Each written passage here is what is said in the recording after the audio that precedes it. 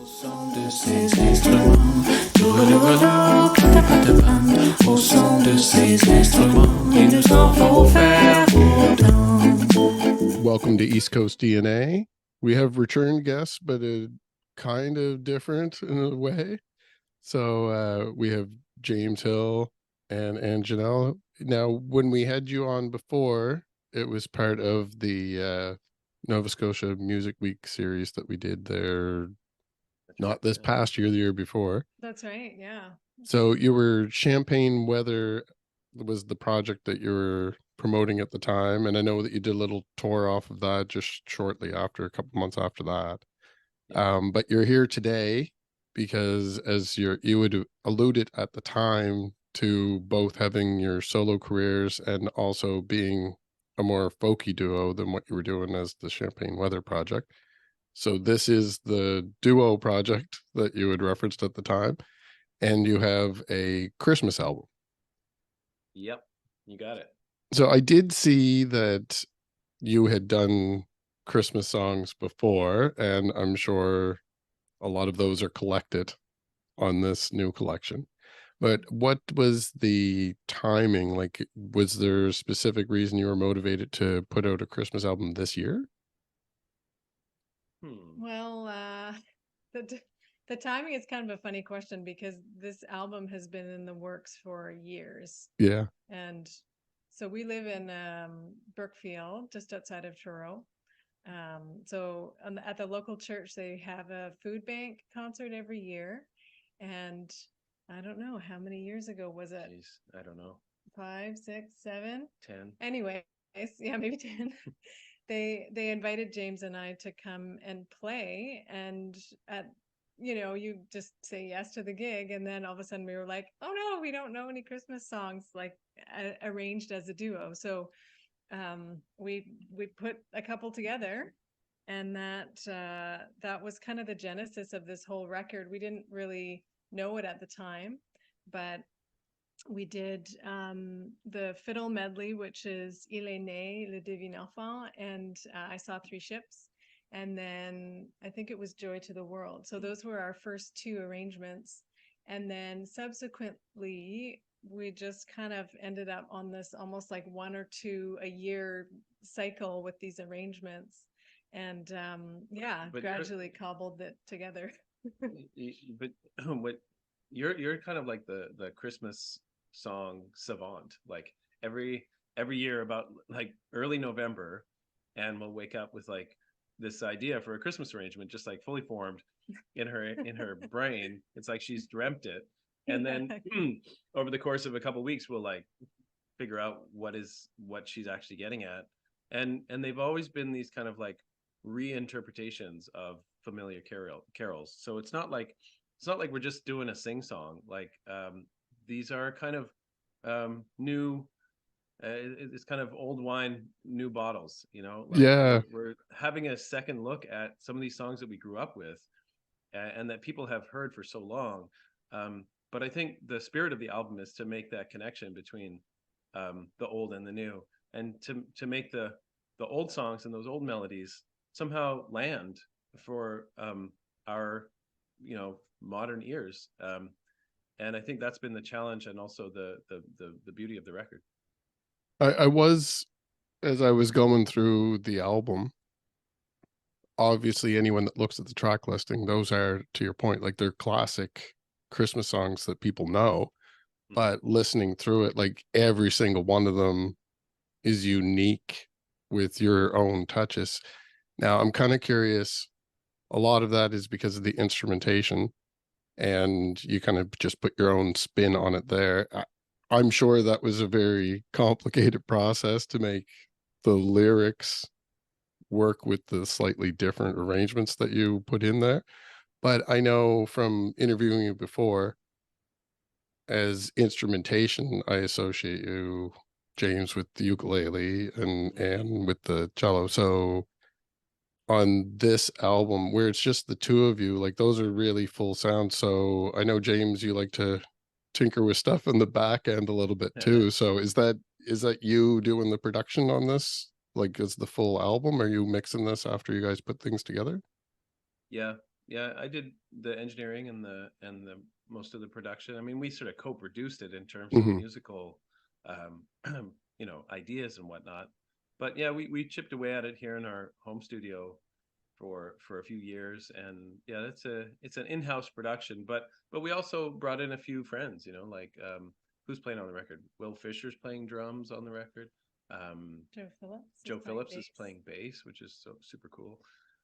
So we did have a few friends that we could fly in here and there for parts, and that gave it the icing on top, But the thing about sort of reinterpreting Christmas carols that I think is that I still get something from every time we play these songs is that they're not just like, oh, it's a little faster or a little slower, or maybe this is a little like with a little jazz beat in behind or something. Like they're really completely reformed. Hmm. It's like, and for your arrangements in particular, it's almost like you've taken them apart and put them back together in a new configuration. Almost like you would get like a steampunk sculpture, that like Yeah. takes an engine and like takes all the parts off and all the bolts and everything, and then reassembles it in a completely new sort of artistic way. That's kind of the feeling that I get from these arrangements, and that's why I'm still interested in playing them. If it was just a straight ahead Christmas record, like, hey, let's just sing Deck the Halls the way we've always sung it, or Joy to the World. I like personally, I just don't think I'd be that interested. It's this reforming of memories, and the sort of the uh, the way that it makes me rethink my associations with the melodies And with that those songs, yeah. that keeps me interested in performing these tunes. And I'm curious, well, for both of you, but Anne specifically, because I do know that your solo career had some stuff out recently, Yep. and I did listen to some of it, and there's a lot of piano in there. Yes. So with the Christmas album, did you, either of you, but Anne, I'm specifically wondering because I know that you were venturing outside of what I'm associating you with for an instrument. Did you explore outside of your own comfort instruments for this album? Because like you did mention that you brought friends in to do some of the extra parts, but was there anything that you were kind of flexing a new muscle for with this project? Yeah, that's a great question. Um, you're right. With the solo record, I was doing some piano, which is not my native instrument, let's just say. But I think actually more for this record, we just kind of did what we know how to do well. Um, so one of the things, both James and I grew up in an orchestra setting. We were in youth orchestras and then professional orchestras as we kind of got more established in our careers. And so I think for me, I like the flexing of the muscle has been about expanding these songs to a full orchestral treatment, because one of the exciting things about this particular tour that we're doing is that we are going to be playing with a full symphony orchestra in BC. So we Wow. have two more Nova Scotia shows. I don't know when this is going to air. Maybe, yeah, they'll probably be done by then. But we're playing at Halifax tonight and tomorrow night in the Valley. But then we head out to BC, and we have our first opportunity to play with a full symphony. So that is definitely flexing That's a some flexing new. muscle. Yeah, it's stretching us, and it's such a full circle moment, because we're used to having been in the orchestra as orchestral musicians, never dreaming of being out as the soloist. And Mhm. now it's just a wonderful, like, pinch me kind of moment. Like, okay, we're doing this, but we're coming at it from our unique kind of unconventional way. Hmm. And even the shows in Nova Scotia, we've been playing with the string quartet, Yeah, that's right. which is Yeah. they're like a super group string quartet. We've got Sarah Frank, Norm Adams, Gina Burgess, and Susanna Susanna Brown. Brown. Yeah, they're Like, some favorites from Halifax. so that's given us sort of like the symphony miniature version of what we're going to encounter out in BC. So that's been a really cool process, also a bit humbling, because like Yeah. As a duo, we're so used to having total control in the moment. The ability, it's like playing as a duo is like driving a sports car. It's like there's only two seats, and it's low to the ground. And if you want to make We're a sudden very like turn, nimble.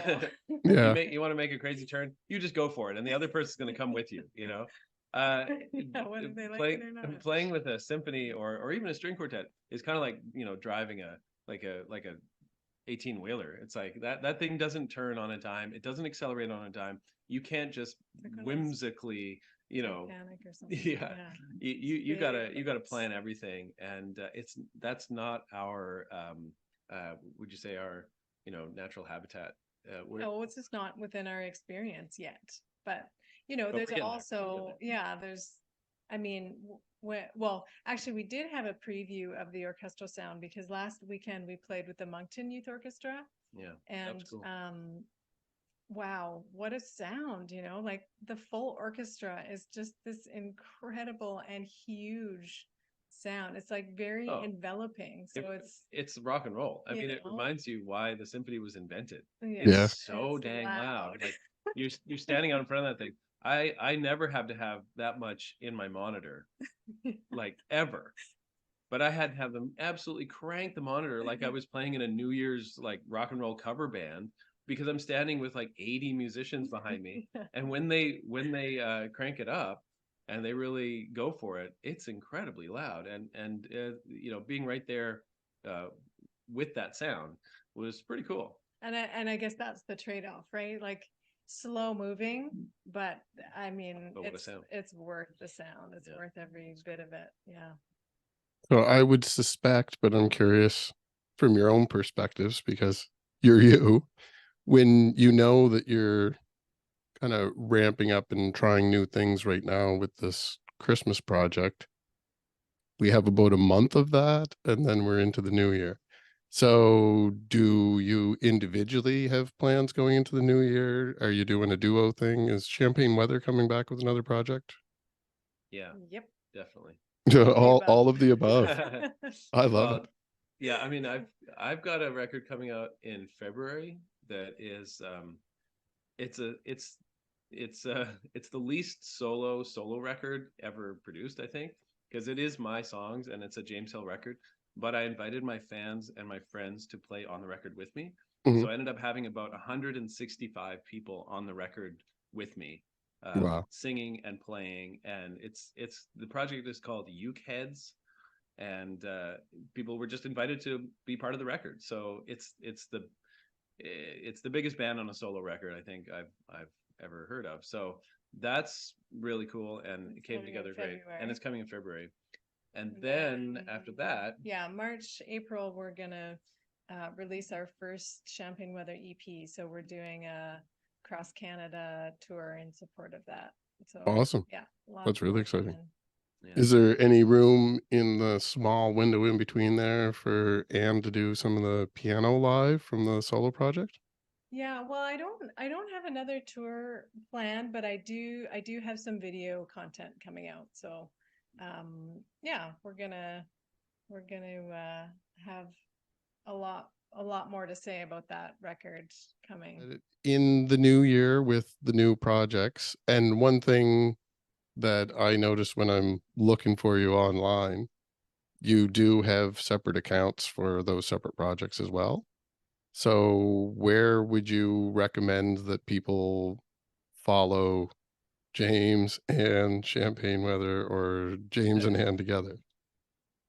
well, yeah, Well, yeah, the duo doesn't really have socials. So Mhm. basically it's James's solo.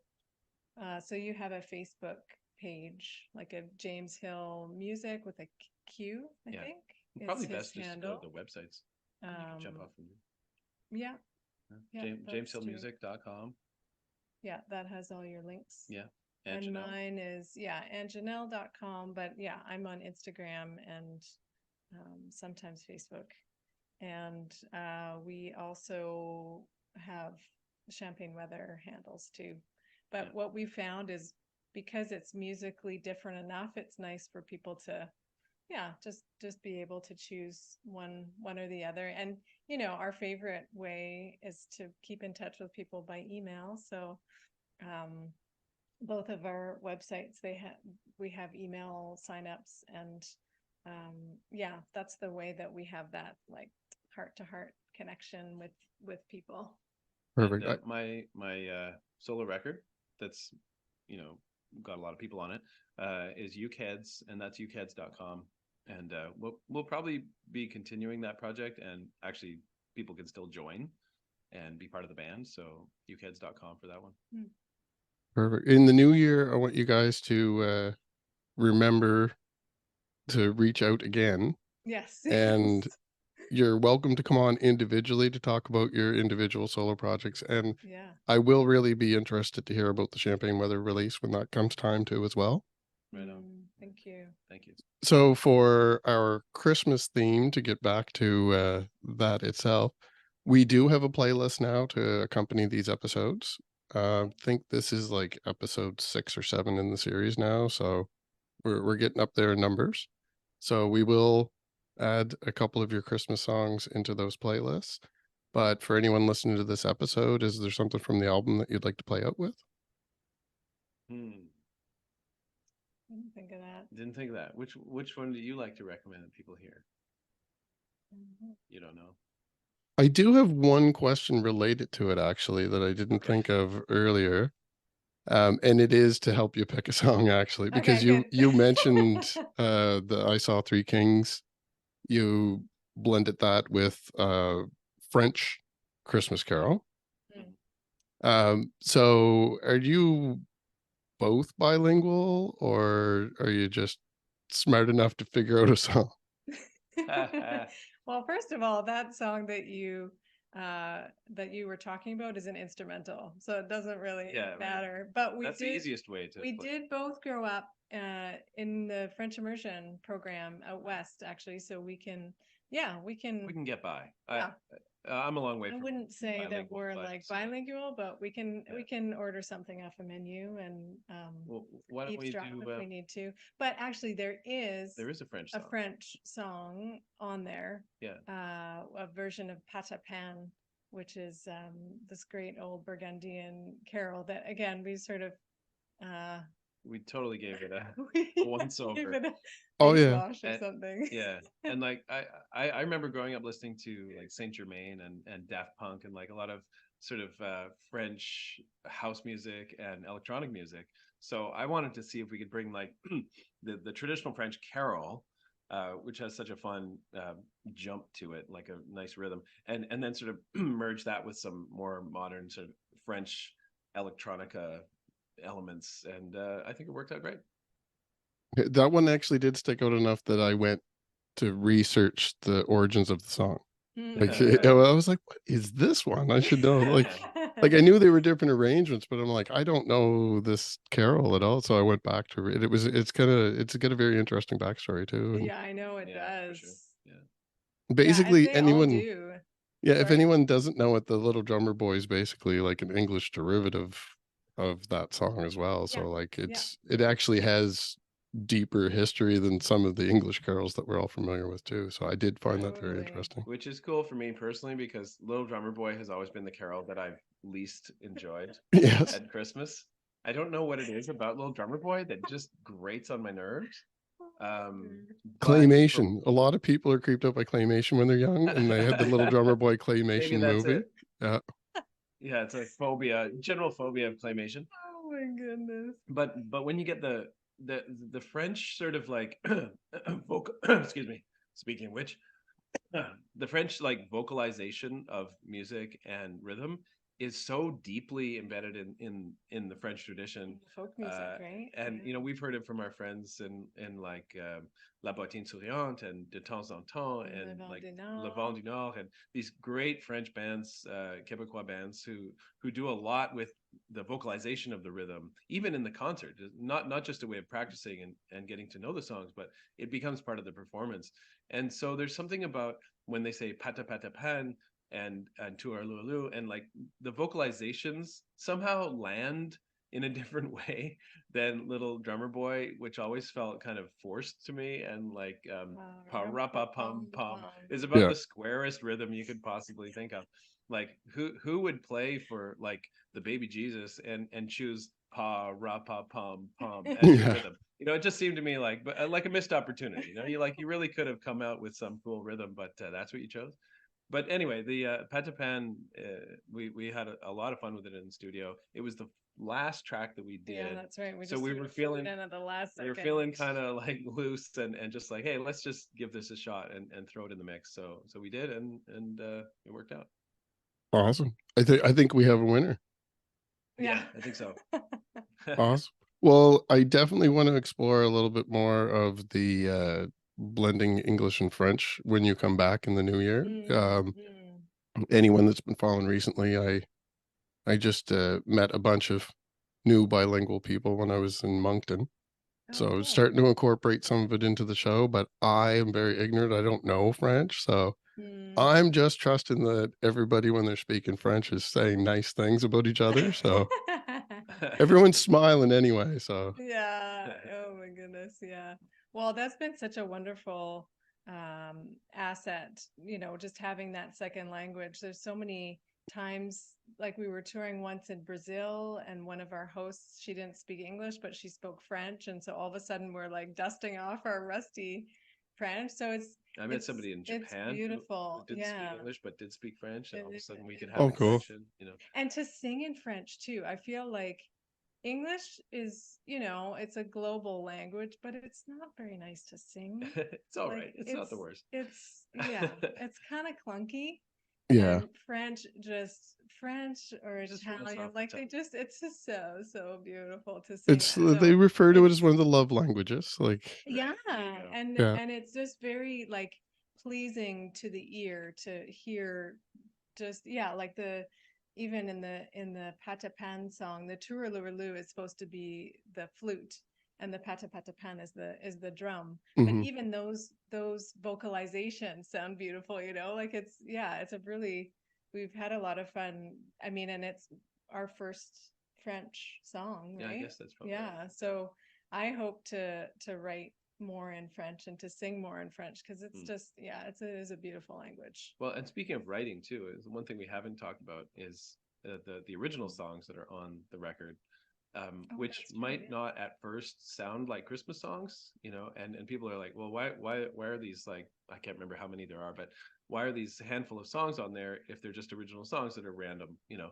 But if you listen closely, you know, the original songs are that they take one line from an old carol and build a new song around it. So it's sort of replanting old lyrics. hmm So, for example, there's a piece in there called "A Day or Two Ago," which is like this moody meditation on, you know, like sort of a moody love song. And the first line is "A Day or Two Ago," which is borrowed from I think the second verse of Jingle Jingle Bells. Bells, right? yeah. So you're able to like extract little pieces from very familiar songs, put them in a new context, and then build an entirely new song around it. So they maintain this like really fine thread to the past, but still have this sort of original vibe to them once you finish the song. So we've done that in a few places, and I personally I really enjoyed that process every bit as much as, you know, rearranging the existing carols. So the album's really a mix of those two approaches. Yeah, the transitions with putting that stuff in, like you have some interludes and everything worked in there as well. Like Yeah. it does make, I don't know, it's just me personally maybe, but it does make me listen to the album all the way through. Like the Yeah. instinct when you look at an album like that and you know classic traditional songs is to go, oh well, I know this song, what does that sound like, and just click on them.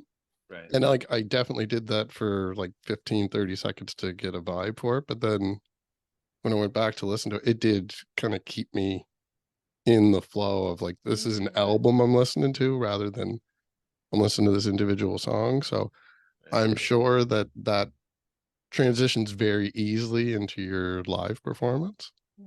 Yeah. So Yeah. I think Christmas is, you know, for better and for worse, you know, Christmas is a time when, people just put everything on hold, at least for a couple of days, and get back to being together and listening to music.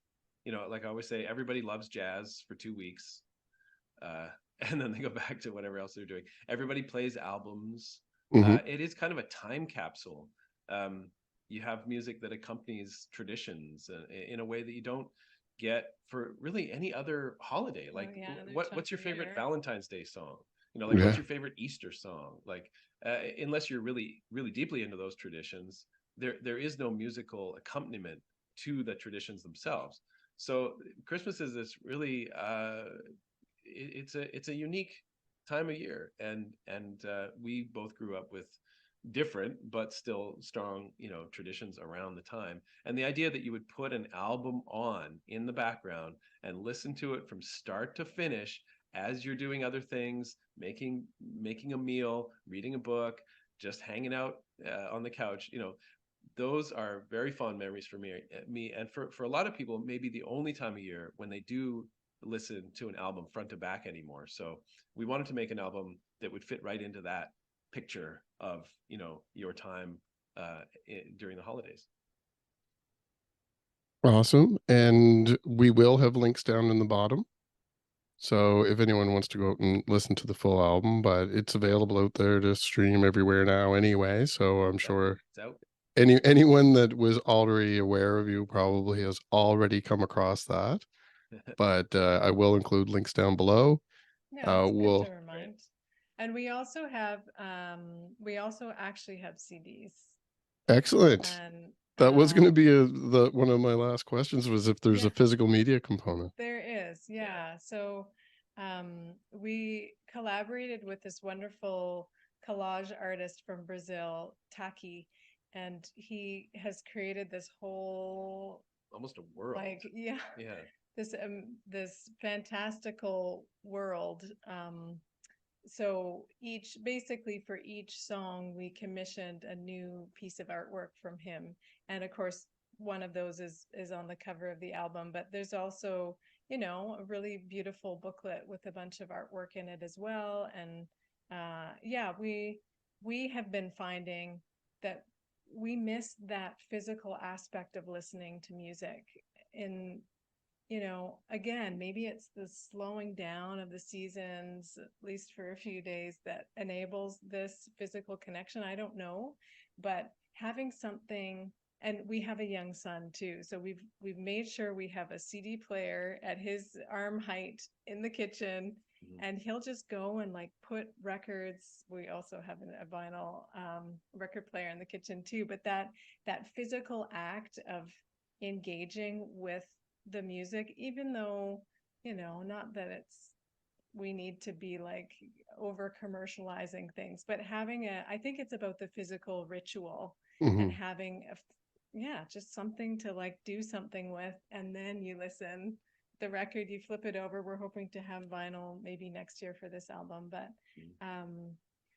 anyway, it was we were sort of trying to figure out if it was something that we wanted to do, because now it's just a different world in trying to like sell CDs, but we're trying to interface with new technologies so that it's, you can buy the CD even if you don't have a CD player. There's lots to enjoy with the physical. That's an awesome aspects. idea, because the physical media is something that I typically ask people about if they're doing it or not, and there's a lot of limited runs, and Yeah, I mean vinyl has a very strong place in a collector market as well, but to put the extra effort into a CD package as well is nice, because it does give you something that you can hold and flip through while you're sitting and listening to it. exactly. Or yeah. But we see, and this is an issue, as like I'm especially interested in this topic as we move into like full-blown festival season in the summer, and we've got a lot of friends and us included are going out on the road, and fans, there's a disconnect. Like, fans do want something, like they want to walk away with something that symbolizes that experience that they have. They want a piece of memorabilia. They can't necessarily afford, or they don't want a hoodie from every single artist on stage. That's just impractical.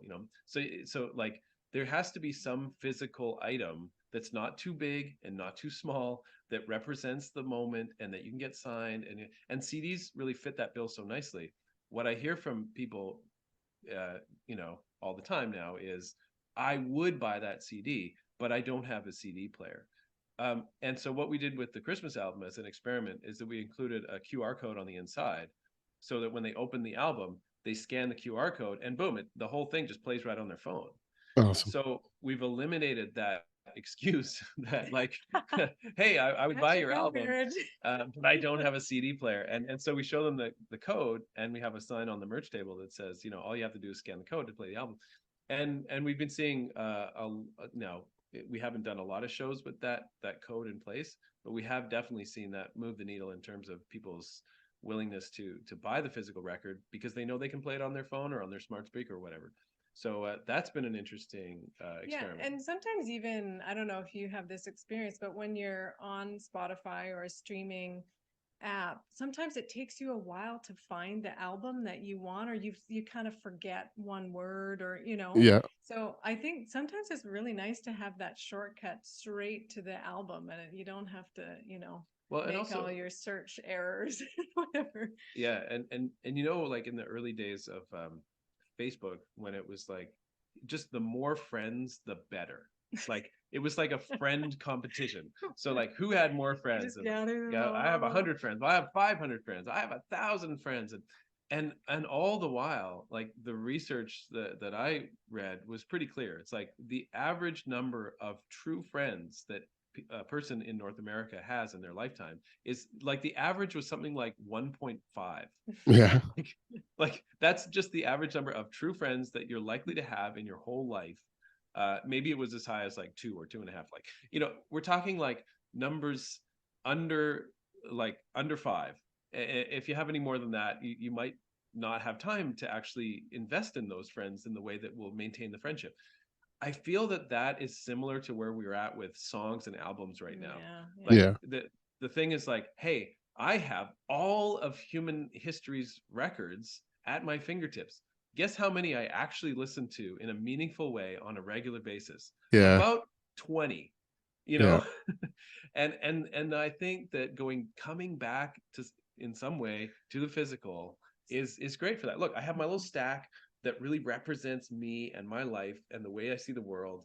And just like if I wear a t-shirt of a band that I love, somebody walks into my house and they see that stack, they know me in a way that I don't go around showing people my Spotify app Yeah. or showing people my playlists. It's not a way for me to show the world who I am in the same way. So I do feel this desire on my own part and also on the fans' part to return somewhat to the physical world. I just don't know exactly what it's going to look like, but I'm very interested in this whole question from a design and a producer standpoint and all that stuff.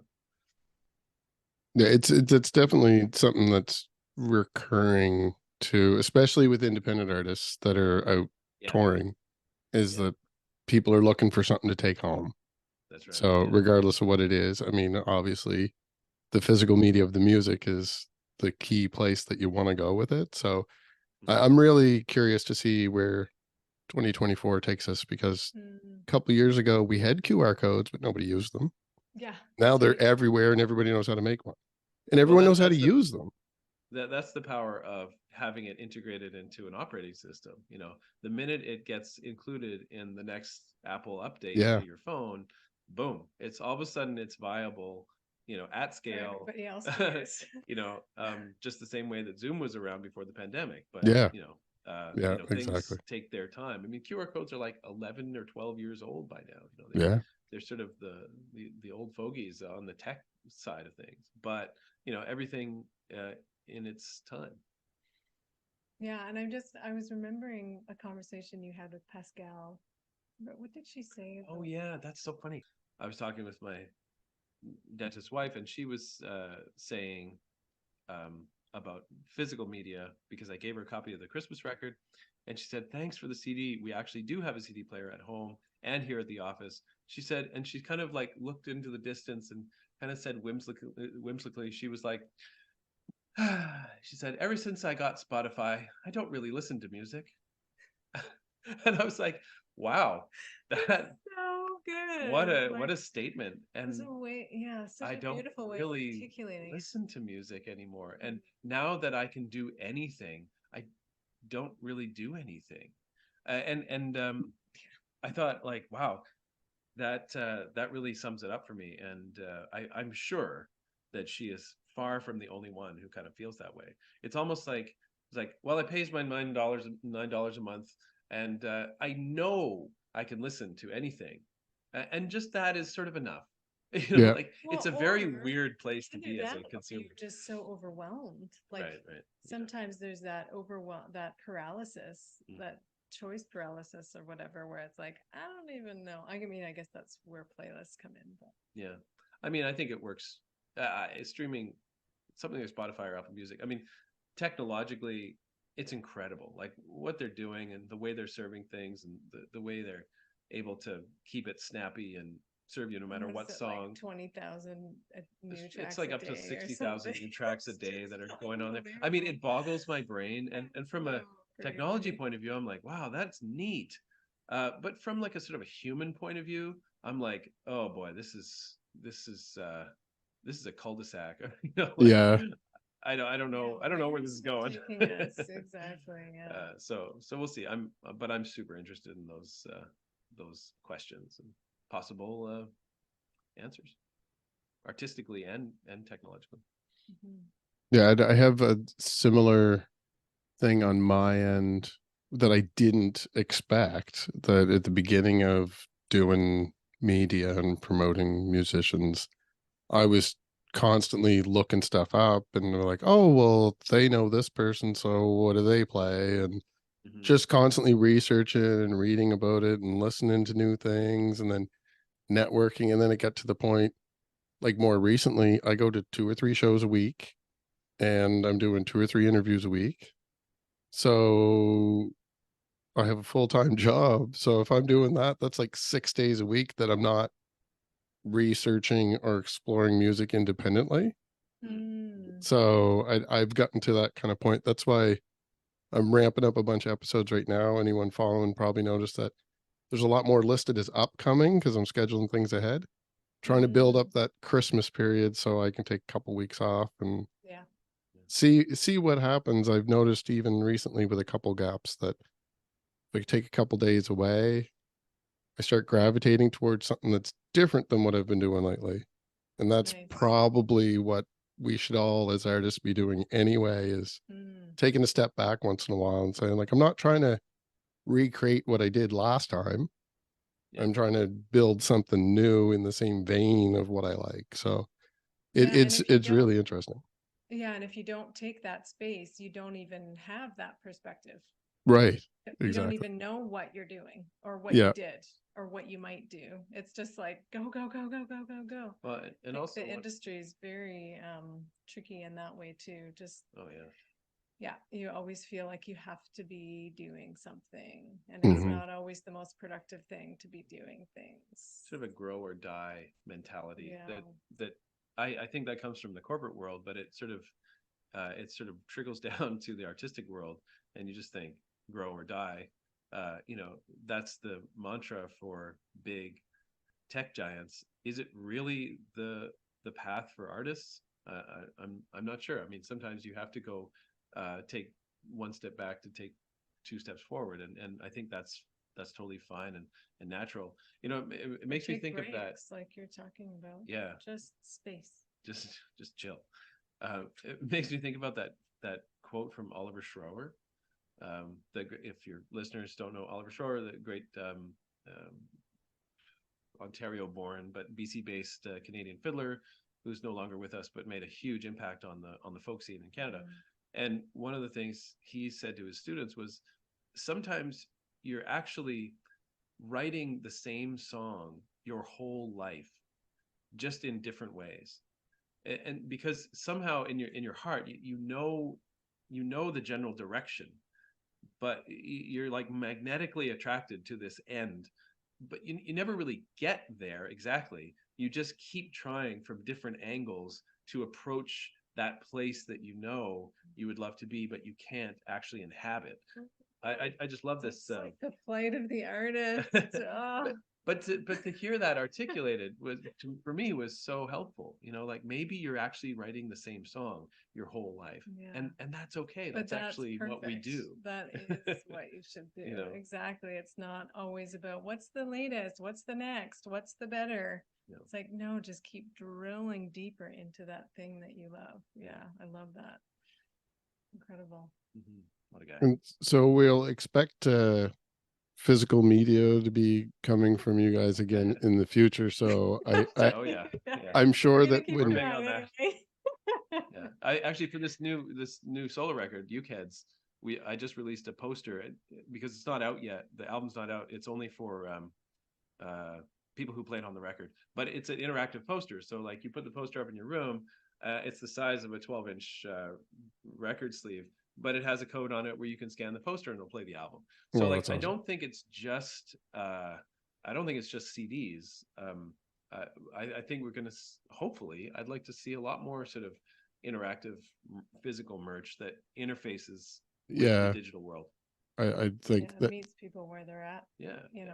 there So may that's actually cool. be some stuffs in the works on this end. I've been telling people there might be a little format change in the new year. So Oh yeah, that's nice. part of my plan, even though I want to take a couple weeks down away from some of this. It's really to re-strategize some of that too. So I do think that the blending of our actual physical and virtual worlds is, I mean, we've all been talking about it for years, but I think we're at that point now. And I'm not sure it's like there's always a blend. Blending is fine. That almost happens whether we like it or not. I think maybe it's a rebalancing of that relationship. You know, like I always have thought of the internet in general as being like the new city, and the physical world is like the old city. Just like in London after the bombings, you know, there that they'd build sections of the city right on top of the old city. And I feel that that's kind of the world we're living in now, where we live in this physical world of the old city, but there's a new city built right on top of us. The only way you can see the new city is through a device. And yet we exist with one foot in each of these worlds on a daily basis now. Everybody, even my mom and dad, you know, octogenarians, they're living with one foot in the old city and one foot in the new city. I think it's a matter of how do we balance and rebalance that relationship. That's really the ongoing, you know, challenge and conversation. And how do we keep the new city serving the old city? So, that would be nice. Because we're here. We are here. This is like old city right here. And so, you know, sometimes the new city takes us further from the old city, and that's, you know, where we get into some kind of problems. Well, and we end up trying to imitate the new city here in this place. Right. So like the internet gives us everything all at once, everywhere. That's sort of like the motto of the new city. And the motto of the old city is the opposite. It's one thing here now. And it's so unlikely. These couldn't be more opposite. So, you know. Okay, and seasons. No, now it's snowing, you know. Now you can grow things. Right, exactly. Yeah, it's very different. And so somehow I think if to maintain our humanity, I mean, everybody's talking about this tidal wave of technology that's coming with AI and whatnot. To maintain that humanity, I think we really need to know what it means to inhabit, you know, this old city, and to be comfortable and happy here before anything can really sustainably, you know, continue. I don't think that's the way it's gonna go. Of course not. Things don't go like that. Babies fall on their face before they learn how to walk. That's we know that growth pattern. But I'm saying, as things mature, hopefully we'll be able to rebalance those scales. And I think we're at that point with music now, where we understand. So like this is not 2001 anymore. It's not Napster land. Like Hmm. the online streaming aspect of music has come so far and has become so mature. Now we can stand back and say, okay, how do we want to rebalance that relationship? Mhm. It's at that point now, and I actually think that's a really cool thing. It's a nice time to be involved in the conversation. Well, in a lot of this podcast, like I focus on YouTube a lot when I talk about it, especially for anyone that's new to the show, but I'm on all the different platforms that you can think about there. But the main podcast is hosted by Spotify, which became like a dirty word for a while in the music industry. So like I didn't constantly promote it, but I was using it the whole time. And I have heard from Spotify naysayers that they're somewhat interested to see what Spotify is doing in the new year too, because there's been some rumblings in the industry that their payouts are adjusting and they're incorporating stuff with TikTok to make sure that there's money being paid there too. So Mm. nobody's going to make $1 million off streaming in But 2024, yeah, but Well, a few that's people the are, thing. but yeah, It's like yeah, trying to most of us not. polish the tarnished, which thing. is good. I mean, It's if they not. make some adjustments, that's Yeah, fine. it's, But here, I mean, we often talk about you the sell one album, and it was worth like millions and millions and millions and millions of streams. okay, maybe not millions, but like, I mean, you need 1,000 streams to buy a coffee. Like yeah, Okay, that's a lot. thousands, That's a tens lot, of yeah, thousands, yeah, hundreds of thousands. yeah. But we often talk about how like it's easy as independent musicians to look at pop stars and to imagine that we are in the same business as they are, yeah, right? Like, well, look, streaming works for Ed Sheeran. Streaming works for Drake and Taylor Swift. You, as little independent artists in Nova Scotia, living in the woods, you're just on that track. You're just a little further back from them, and maybe if you work hard, you'll get to where they are. That's a complete fallacy. yeah, They are in a different industry. Yeah, We might as well think of them as selling Rolexes or like Well, I they're think not in like the same they're like business. McDonald's, and we're like slow We're like a food, food truck. single meal movement. Yeah, so you know? yeah, okay, there's some similarities, but I think it's a fallacy for young musicians to make a direct connection between starting off as an independent artist, wanting to have a sustainable career and a life, uh, and this sort of like connection to, well, if I just work hard, I'll be like Drake. That is not a straight line, and I don't think young artists should see it that way, because they are almost two different industries, and that's sort of where we've landed on it, and that helps actually, because you look at Spotify and you don't think, well, maybe if I just work way harder, I will be able to buy a new car with my Spotify streams. It's more like, look at Spotify as a loss leader, as a lead generator. And here's the one thing that I wish that young musicians, well, actually, young musicians of any age, I wish that we would get more into the habit of not putting everything out. Like, hold some back. You got 10 songs in the can, put 8 songs on Spotify. Make 2 of those songs premium content. Somehow bring people into your world and offer them additional bonus content if they unlock it through certain things. The idea that we should just fork everything over to Spotify without giving it a single thought, that is an imbalance, the kind of imbalance we've been talking about. To bring that relationship into better balance, we say, hey, Spotify, you can have these 5 or 6 tracks because I think they go well in your format and they're going to win me some new fans, but I'm going to keep some of this back and distribute that in a different way. Yeah, just use it for what it's good at. To me, Mhm. that's To serve that's the the artist, survival skills, at this point in time. Mhm.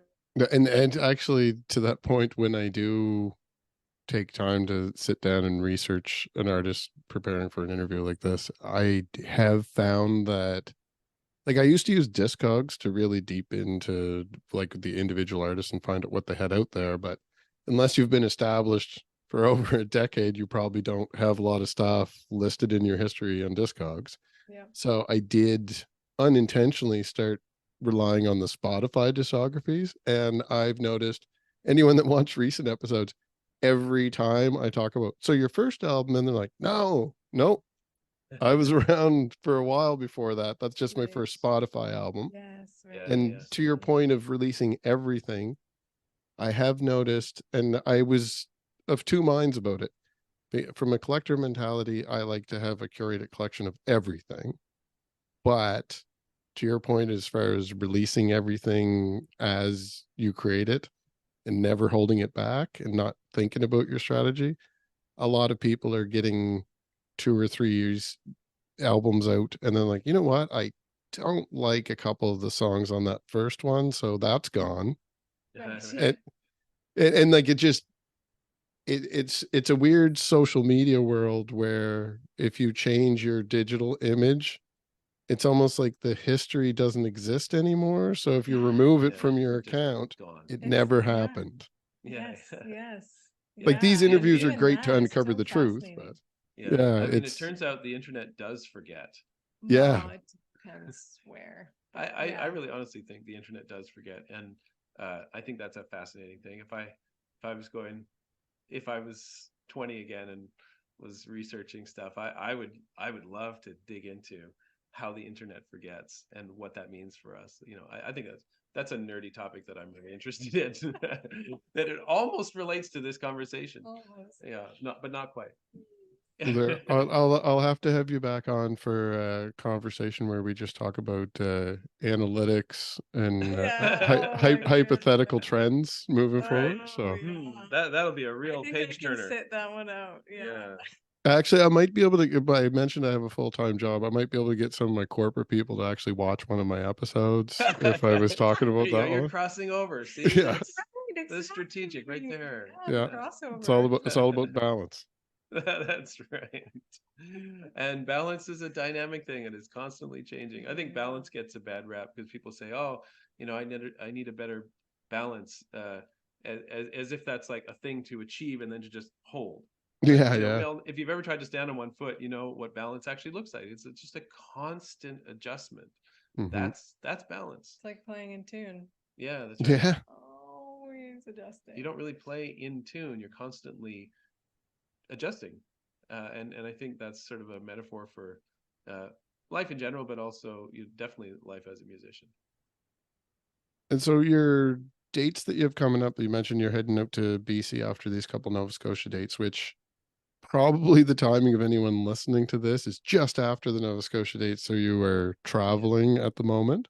Yeah. What are the actual performance dates? Because I did notice with Spotify doing the wrap ups that I have a larger percentage of listeners in BC than I expected. So Okay. maybe some Awesome. people can catch one of these shows. Oh, that would be amazing. Yeah. So we have a show on the afternoon, Sunday, December 10th at 3:30.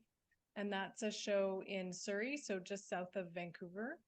And we also have 3 dates with the Okanagan Symphony, the December 15th in Kelowna, December 16th in Penticton, and December 17th in Vernon.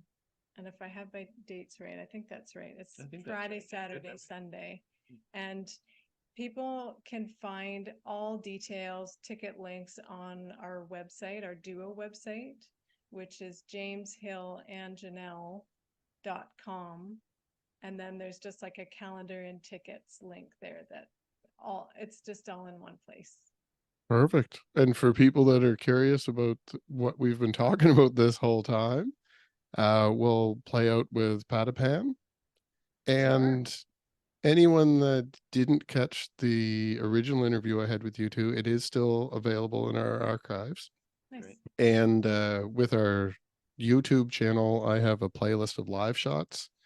So at some point when things slow down, I'm going back through. I've been doing it periodically and grabbing old footage. So you did do a live performance in the last interview. So that may actually show up under the live shots in the next few weeks as I clip some of them out and put them as a separate viewable entity.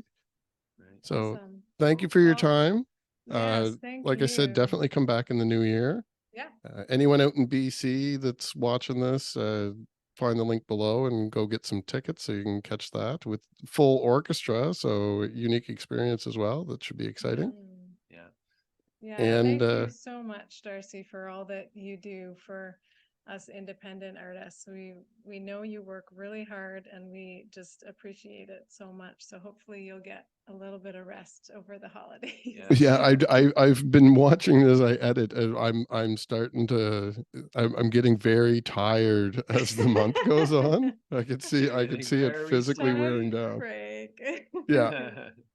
Awesome. Well, Well, thanks so much. We really appreciate your support. So no, we'll see you in the and new thank year. you for reaching back out and remembering to circle back around, because like I mentioned, I'm not spending as much time researching everything, so I'm very much happy when people are leaning back out and saying, hey, remember me? I'm like, I absolutely do.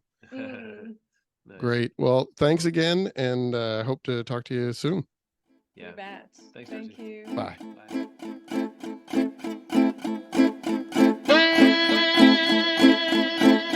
Guillaume, prends ton tambourin, toi prends ta flûte, Robin, au son de ces instruments.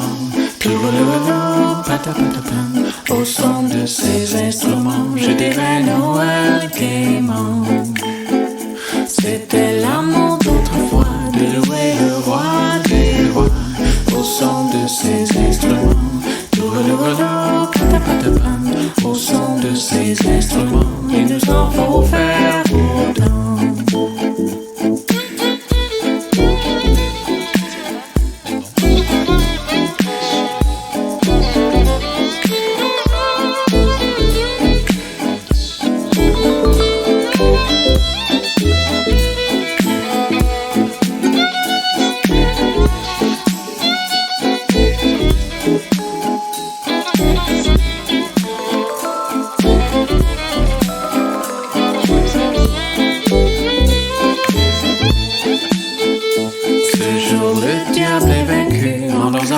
À Jésus, au son de ses instruments,